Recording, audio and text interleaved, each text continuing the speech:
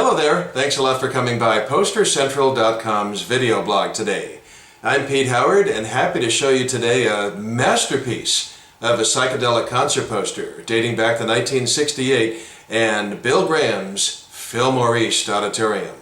The Jimi Hendrix Experience, and they were right in the middle of recording in the studio another masterpiece, this one an audio one, the Electric Ladyland album, just a few blocks away. So this thing is indeed full of electricity. Wow, what a crazy, fun, psychedelic concert poster by well-known psych poster artist of the era, David Byrd. Now he's probably best known for doing, well, let me show you the examples, images of such. Byrd is best known for doing, say, the original Woodstock concert poster before it changed location from Wallkill, New York. That was in '69, just like his late '69 Rolling Stones tour blank. Yeah, of course, you recognize this. Byrd did that. And let's not forget his also 1969 Jimi Hendrix Experience concert tour blank. And here again is an image of that. So those are all David Byrd's, and those are all images. And here, of course, I do have an original first printing of his concert poster known as FE-7, Jimi at the Fillmore East. So just take a look as I come in at that hair, and of course they're all melded together from the three members. Byrd says he used the hexagonal grid to create what he called a mass of psychedelic photons in orange, yellow, green, magenta, and black. Boy, what a stunner it turned out to be, right? You talk about the word vibrant with concert posters, this one definitely fills that description. At the very top, just like the San Fran posters, it does say up there, Bill Graham presents in New York. And then below the design, as you can see, Jimi Hendrix Experience. And the opening act could have been nicely placed below Jimi, but not listed. They just weren't coming on strong quite enough when the poster was designed.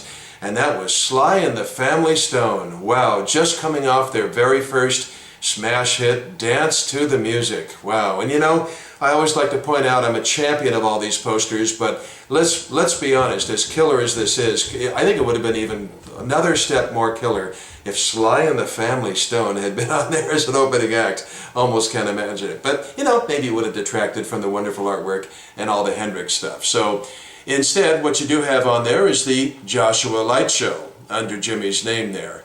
They get that coveted space. And then we've got Bill Graham's Fillmore East, 2nd Avenue and 6th Street, one night only, Friday, May 10th, although luckily there were two shows, 8 and 11:30 p.m. Boy, 11:30 p.m. with an opening act, that means Jimi absolutely came on after midnight, so definitely the era of late shows. And then nicely, this one is signed by the poster artist. Interesting how David Byrd signs his posters using his middle name as well, David Edward Byrd, and it's all in lowercase with 3 distinctive lines on either side. So always great to get a vintage concert poster signed by the poster artist. Then you've got a key credit line there, which right under that it says Fantasy Unlimited. Well, that was like a 7-person art collective that was co-founded by Byrd. They did all kinds of things, including light shows for Bloomingdale's and stuff like that. And then copyright 1968, Bill Graham, New York, and number 7. Now this poster was legally reproduced a couple of decades later, and here's how you can tell. This is not the actual second printing poster, this is an image of one, but as you can see it has all the legal words there of the first printing, plus, luckily for us, the words second printing. And then copyright 1987, Bill Graham Enterprises, Inc., and a little bit of code. And notice visually how it just runs, extends all the way across, the credit does, to the bubble on the other side. Whereas on this one, the original poster, as an easy tip-off, even if you can't make out the wording, you see that credit line stops going like 3/4 of the way across. Now, of course, it's always a matter of collectors beware, because certainly there's always an enterprising bootlegger somewhere who's trying to churn out perfect copies with that credit line being shorter, so you always want to really be on the lookout for that. And of course, plus you have the limited edition lithos signed by David Byrd. By the way, this original FE-1 first printing measures about 14.5 by 22.5 inches, And the second printing I showed you, the image of, that's clearly marked, is a little bit bigger by an inch or two all the way around, or a total cume of an inch or two bigger. So, once again, we're here on the actual poster, and down there at the bottom you have the ticket information, which actually is very simple and straightforward, as simple as it gets. All seats reserved, $3, $4, and $5 even. Box office open daily, 12 noon to 10 p.m. That's it. And then information and a phone number. Now, both shows were a sellout. 2,800 or so is what the hall held. So, they didn't need to bother distributing tickets all over town, and, plus it was a one-off show. It wasn't a tour. It was right in the middle of recording.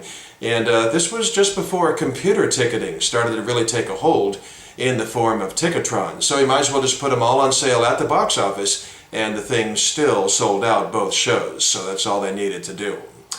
And talk about great timing, holy cats. This is May 10th, right? Well, earlier in May, in the last 10 days, in the studio, The Experience and Jimi had recorded Voodoo Child, a 15-minute epic, which we all love from that album, those of us who have the patience for it. And not only that, but same with Voodoo Child, Slight Return.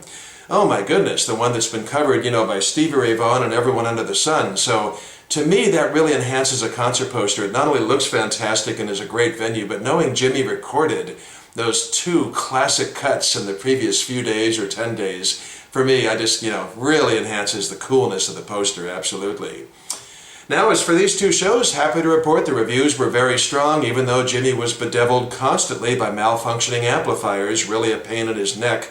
In fact, there was a constant hum of static, as one review said, but most of the time you couldn't hear it because once the experience kicked in, the music drowned it out. And remarkably, Are You Experienced was still in the national top 10.